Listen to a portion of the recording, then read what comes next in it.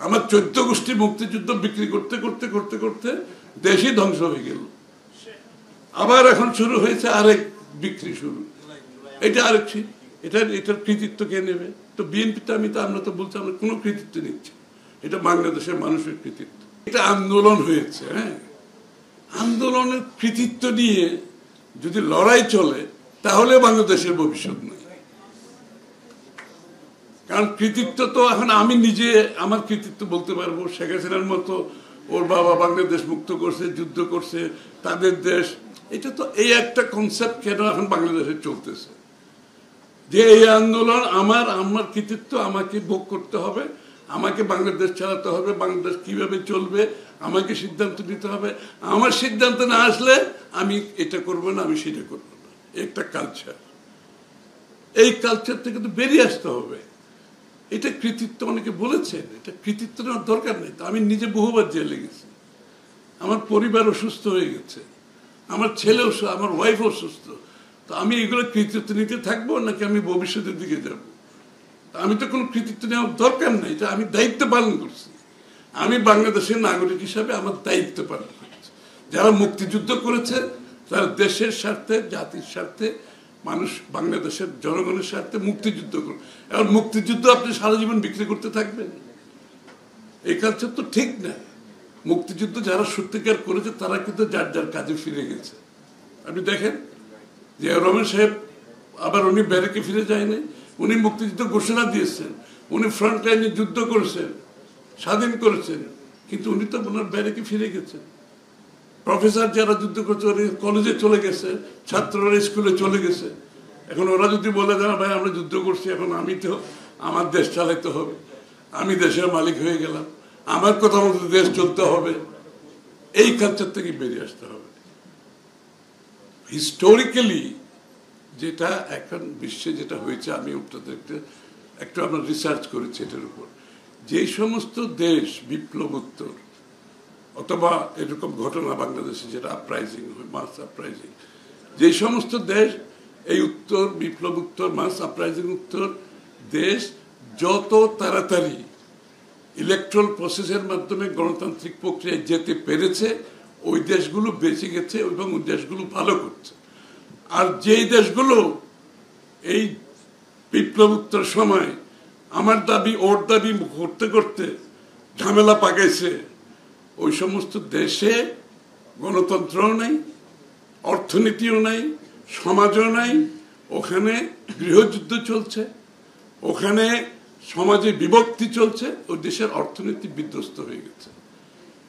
এই জন্য যত তাড়াতাড়ি সম্ভব, 1 বছর অ্যাকচুয়ালি বেশি সময় হয়ে গেছে, আমাদের অনেক আগে নির্বাচন প্রক্রিয়ার মাধ্যমে দেশটাকে একটা ডেমোক্রেটিক অর্ডারে চলে যাওয়ার কথা ছিল।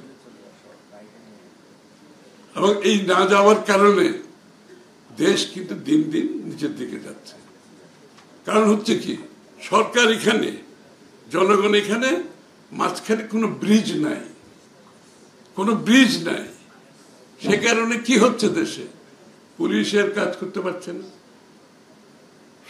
সরকারি কর্মকর্তারা কাজ করতে পারতেছে না, আইন শৃঙ্খলা নাই, ব্যবসা বাণিজ্য নাই, যে ব্যবসার কথা বলে গেলেন উনি, দেশে কোনো ব্যবসা বাণিজ্য নাই, মিল ফ্যাক্টরি নতুন বিনিয়োগ হচ্ছে না। কারণ তো করবে না, তো এটা তো সম্ভব না। এই যে মানুষ যে বিনিয়োগ করে, টাকা তো শুধু না, আমার শ্রমের একটা বিনিয়োগ আছে, হ্যাঁ, আমার সময়ের একটা বিনিয়োগ আছে। তো সেই যে সে কাজটা করবে, করার জন্য তার তো short term, mid term, long term একটা প্রজেকশন আছে। এখন তো সেটা নাই। ইন্টেরিয়াম মানে তো ইন্টেরিয়াম ভাই, তো বুঝতে হবে তো, ইন্টেরিয়াম মানে ইন্টেরিয়াম। এই অবস্থায় কেউ এখানে সিদ্ধান্ত কেন নেবে? এই যে একটা সামিট হলো, ওই দিন আমি উপস্থিত সামিটে, এবং ওই সামিটে একটা বিনিয়োগ আসেনি, আসবে না তো। অনেকে যারা উপস্থিত হয়েছে বেশিরভাগ বর্তমান যারা বিনিয়োগকারী তারাই গেছে ওখানে, আমি তো সবাই চিনি, তারাই গেছে, নতুন কোনো বিনিয়োগ হয়নি। কিন্তু যেই মুহূর্তে নির্বাচনের ঘোষণা এসছে, এখন কিন্তু নড়াচড়া আরম্ভ হয়েছে। ওই যে একদিন 107 জন জাপানিজ একটা ডেলিগেশন, ওইটা নির্বাচন ঘোষণা দেওয়ার পরে তারা কিন্তু এখন আস্তে আস্তে আরম্ভ করছে। নির্বাচন হয়ে যাওয়ার পরে সিদ্ধান্ত নেবে, তারা কিন্তু অবজারভেশনে আসছে, দেখছে, ব্যবসায়ীরা প্রস্তুতি নিচ্ছে নির্বাচন পরবর্তীতে বিনিয়োগ করবে। এই যে বাংলাদেশ এই যে এত বছর 14, 15, 16 বছরে যে আইন যে একটা গোষ্ঠীভিত্তিক একটা অর্থনীতি গড়ে উঠেছে, যে পৃষ্ঠপোষকতার যে শুধুমাত্র রাজনীতিতে হয়েছে তা না, অর্থনীতিতে যে পৃষ্ঠপোষকতা হয়েছে, যার কারণে মার্কেট ভেঙে গেছে, মুক্তবাজার অর্থনীতির কনসেপ্ট ধ্বংস হয়ে গেছে। এই জন্য বিএনপির একটা বড় স্লোগান কি জানেন? Democratisation of economy. আপনি খালি রাজনীতিতে ডেমোক্রেটাইজেশন করবেন আর অর্থনীতি আপনার পকেটে থাকবে, আপনার লোকের পকেটে থাকবে, democracy will not work. Democracy তখনই কাজ করবে আপনার রাজনীতি গণতন্ত্রায়ন হবে, অর্থনীতি গণতন্ত্রায়ন হবে, সমাজতন্ত্র গণতন্ত্রায়ন হবে, আপনার পরিবারও গণতন্ত্রায়ন হতে হবে। তখন বাংলাদেশে আপনি গণতন্ত্র কাজ করবেন। এই গণতন্ত্রের অর্থ হলো সকলের জন্য সমান অধিকার। বাংলাদেশের অর্থনৈতিক কর্মকাণ্ডে প্রত্যেকটি নাগরিকের অংশগ্রহণের সমান অধিকার নিশ্চিত করতে হবে। সবাই যার যার অবস্থান থেকে অর্থনীতিতে, রাজনীতিতে, সমাজে অংশগ্রহণ করার ব্যবস্থা থাকলে সেটাই হবে গণতন্ত্র। আমরা খালি ভোট দিয়ে নির্বাচিত করলাম, এটা একমাত্র গণতন্ত্র না। তো আমাদেরকে যারা আমরা রাজনীতি করি, যারা আমরা দেশের পলিসির কথা বলি, আমাদেরকে এগুলো অনুধাবন করতে হবে, ধারণ করতে হবে এবং নিশ্চিতভাবে ডেলিভার করতে হবে। এখন খালি আপনি রেটরিকের মাধ্যমে রাজনীতির দিন শেষ হয়ে গেছে। এই জন্য বিএনপির পক্ষ থেকে যেটা আমরা বলছি পরিষ্কারভাবে, এই অনেকগুলো যে শ্রমিকদের কথা বলা হচ্ছে, কৃষকদের কথা বলা হচ্ছে, আমরা কিন্তু প্রত্যেকের ব্যাপারে প্রত্যেকের অংশগ্রহণ, অধিকার, নাগরিক অধিকার, সাংবিধানিক অধিকার, গণতান্ত্রিক অধিকার সবগুলো নিশ্চিত করে অর্থনীতি, রাজনীতি চালাতে হবে। এই জন্য বিএনপির পক্ষ থেকে আমরা একেবারে গ্রামে গঞ্জে যারা থাকে, এই যে আমাদের কামার, কুমার, তাঁতি থেকে শুরু করে আমরা কিন্তু সব জায়গায় যাচ্ছি। এখন আপনারা খেয়াল করছেন কিনা আমি জানি না, আমরা কিন্তু সবার কাছে যাচ্ছি। আমরা কিন্তু এদেরকে আগামীর অর্থনীতিতে অংশগ্রহণ কিভাবে নিশ্চিত করতে পারি, তাদের উপর সরকারের বিনিয়োগ কতটুকু হতে পারে, যে তাদেরকে আমরা টেকনিক্যাল সাপোর্ট দেব, তাদেরকে আমরা ফাইন্যান্সিয়াল সাপোর্ট দেব, তাদেরকে আমরা ডিজাইনিং সাপোর্ট দেব, তাদেরকে আমরা ব্র্যান্ডিং সাপোর্ট দেব, তাদেরকে আমি মার্কেটিংয়ের প্ল্যাটফর্ম দেব, লাইক অ্যামাজন, আলিবাবা যেগুলো আছে। আপনার প্রত্যেকদিন অ্যামাজন কিনতেছেন না? আমার দেশের, সারা বিশ্বের, আমি থাইল্যান্ডের কোন গ্রামে কি হচ্ছে আমি অনলাইনে কিনতেছি না? বাংলাদেশের কেন পারবে না? আমাদের যারা কুটির শিল্প যারা কেন পারবে না? তাদেরকে গভর্নমেন্টের সাপোর্ট দিতে হবে। ওখানে আমি নিজে ভিজিট করেছি থাইল্যান্ডে, ওদের গভর্নমেন্ট সাপোর্ট দিয়ে প্রোডাক্টকে ব্র্যান্ডিং করে এমন জায়গায় নিয়ে আসছে, ওর গ্রামে বসেও বিক্রি করতেছে অ্যামাজনে, আলিবাবায়। আমরা সেই সাপোর্টটা দেব, আমরা সেই বাজেটটা করব। বিএনপি সিদ্ধান্ত নিয়েছে বলে আমরা কিন্তু অলরেডি কাজ শুরু করেছি। আমরা স্পেসিফিক্যালি বলতেছি জিডিপির 5% বিনিয়োগ করব স্বাস্থ্য খাতে, অনেক টাকা, বিশাল অঙ্ক। জিডিপির 5% শিক্ষা খাতে, বিশাল অঙ্ক। আমরা এত বড় বড় মেগা প্রজেক্টের দরকার নেই। আমার দেশের মানুষকে আমি বঞ্চিত করে পকেটে চুরি করার জন্য মেগা প্রজেক্ট করার আমার দরকার নেই। যেটা একেবারে প্রয়োজন সেটা করব। এই সমস্ত নাম কেনার জন্য, উন্নয়নের নাম দিয়ে দেশের মানুষকে বঞ্চিত করা, এটা কোনো রাজনীতিও না, কোনো তার নাগরিক অধিকার থেকে বঞ্চিত করা। সো ডেলিভারেবল যেগুলো আমরা পরিষ্কারভাবে বলেছি, আমি তো বলেছি একেবারে গ্রামের কামার কুমার থেকে শুরু করে লেভেল প্লেইং ফিল্ড থাকতে হবে। তো সবাইকে পার্টিসিপেট করতে না পারে, খালি ম্যানুফ্যাকচারিং দিয়ে তো জিডিপি হবে না। এই লোকগুলো যখন তাদের ইনকাম করবে গ্রামে গঞ্জের থেকে, তার এক্সপোর্ট করতে পারবে, ব্র্যান্ডিং হবে, এদের তো জীবনযাত্রার মান উন্নতি হবে। এরা খরচ করবে, এরা খরচ করলে ইকোনমি ড্রাইভ করবে। এদের পণ্য তো এক্সপোর্ট করে আপনার টাকা আসবে, আপনার আইটি রিলেটেড ব্যবসার মাধ্যমে টাকা আসবে, এবং এদের জীবনযাত্রার মান যত বেশি উন্নত হবে ইকোনমিতে সার্কুলেট করবে। তো আমরা ভবিষ্যতে বেশি বিগত নিয়ে বিএনপির যে কি বলে ওই গ্লোরি, যে আমরা স্যাক্রিফাইস করছি, তো আমি স্যাক্রিফাইস করছি বলে আমি প্রত্যেকদিন বলতে হবে এটাকে আমার অধিকার। আমি তো দেশের জন্য স্যাক্রিফাইস করেছি।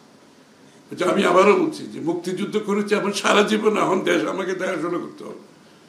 আমার 14 গোষ্ঠী মুক্তিযুদ্ধ বিক্রি করতে করতে করতে করতে দেশই ধ্বংস হয়ে গেল। আবার এখন শুরু হয়েছে আরেক বিক্রি শুরু, এটা আরেক এটার কৃতিত্ব কে নেবে? তো বিএনপিতে আমরা তো বলছি আমরা কোনো কৃতিত্ব নিচ্ছি, এটা বাংলাদেশের মানুষের কৃতিত্ব, আমাদের কোনো কৃতিত্ব না। আমি আমার দায়িত্ব পালন করেছি নাগরিক হিসেবে। মানুষ এগিয়ে আসছে, ঘটেছে, দেশের মানুষ আজকে লাভবান। আমরা এখন সামনের দিকে যাই, এটা বেচা বিক্রির তো দরকার নেই। আমি কি করেছি না করেছি প্রত্যেকদিন বলতে থাকবো। আমাকে সাংবাদিকরা আপনার জেলের অভিজ্ঞতা, আমি যে রাখো জেলের চ্যাপ্টার শেষ হয়ে গেছে, তুমি আমাদের জিজ্ঞেস করো বাংলাদেশের জন্য কি করবেন, এটা আমাদের জিজ্ঞেস করো। ওই চ্যাপ্টার শেষ, ওই গল্প বলতে চাই না। ওই গল্প যদি শুরু করেন, ওই গল্পের শেষ নেই, আপনার কোনো কাজ হবে না, কোনো কাজ করতে পারবেন না। আমরা ঐক্যবদ্ধভাবে জাতি হিসেবে একসাথে এগিয়ে যাই। এটাই হলো তারেক রহমান সাহেবের যে পুঙ্খানুরূপে প্রত্যেকটি বিষয়ের উপর কিন্তু অলরেডি আমরা অবস্থান নিয়েছি ওনার নির্দেশে, এবং উনি প্রত্যেকটি বিষয়ে যে স্বাস্থ্য, শিক্ষা, গ্রামেগঞ্জের মানুষ, প্রত্যেকটি মানুষের, শিক্ষকদের লেখাপড়ার, এই যে লেখাপড়ার ব্যাপারে বলছে, লেখাপড়া তো নাই বাংলাদেশে, ইনস্টিটিউশন ফিনিশ। তাহলে আপনাকে এটা বিল্ড আপ করতে হলে কি ধরনের লেখাপড়া চান? আবার ওই ধরনের লেখাপড়া না, আপনার প্রাইমারি স্কুল থেকে আপনাকে টেকনিক্যাল এডুকেশন দিতে হবে, বিদেশে যেটা আছে একদম প্রাইমারি থেকে তার মানসিকভাবে টেকনিক্যাল মাইন্ড ডেভেলপ করতে হবে, যাতে সব ডাক্তার ইঞ্জিনিয়ার তো হবে না। আমার এই লোকগুলোতে স্কিল ডেভেলপ করে তার ইনকাম, আমাদের একটা প্লাম্বার নেই, একটা ইলেকট্রিশিয়ান নেই, প্রপার নেই, এমনি ফ্যামিলিগত কাজ করে যাচ্ছে, এডুকেটেড নেই। এডুকেটেড হলে আপনি বিদেশে তো যে এখন $500 যায় মাসে, তার মাসে ইনকাম হবে $5,000, প্লাম্বারের। ইলেকট্রিশিয়ানের হবে $5,000 500 জায়গায়। তা আপনার রেমিটেন্স কোথায় যাবে আপনি চিন্তা করেছেন? আপনার মানব সম্পদ উন্নয়ন হচ্ছে সবচেয়ে বড় উন্নয়ন। আমার 18 কোটি মানুষকে যদি আমি মানব সম্পদে পরিণত করতে পারি, ইনভেস্ট করতে পারি, এই জন্য জিডিপির 5% ইনভেস্ট করা হচ্ছে, অনেক টাকা শিক্ষা, স্বাস্থ্য খাতে, যে আমার এই জনসংখ্যাকে মানব সম্পদে পরিণত করতে হবে। ওই ইনভেস্টমেন্ট করতে হবে আপনাকে। মানুষের স্বাস্থ্য ঠিক রাখতে হবে, লেখাপড়া ঠিক রাখতে হবে, প্রত্যেকটি পরিবারের জন্য নিশ্চিত করতে হবে। এটা তার নাগরিক অধিকার, এটা তো আপনি কাউকে ফেভার করতেছেন না। আপনি তো ফেভার করতে করতে অর্থনীতি 12টা বেজে গেছে, এটা দরকার, ওর ওইটা দরকার, কিন্তু যারা নাগরিক তার অধিকার কই, তার পাওনাটা কোথায় কি?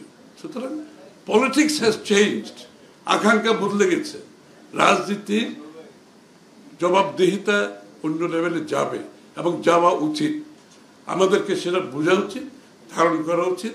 ওইভাবে আগামীর বাংলাদেশ তারেক রহমানের নেতৃত্বে আমি আশা করি আপনাদের সকলের সহযোগিতায় আমরা করতে পারব।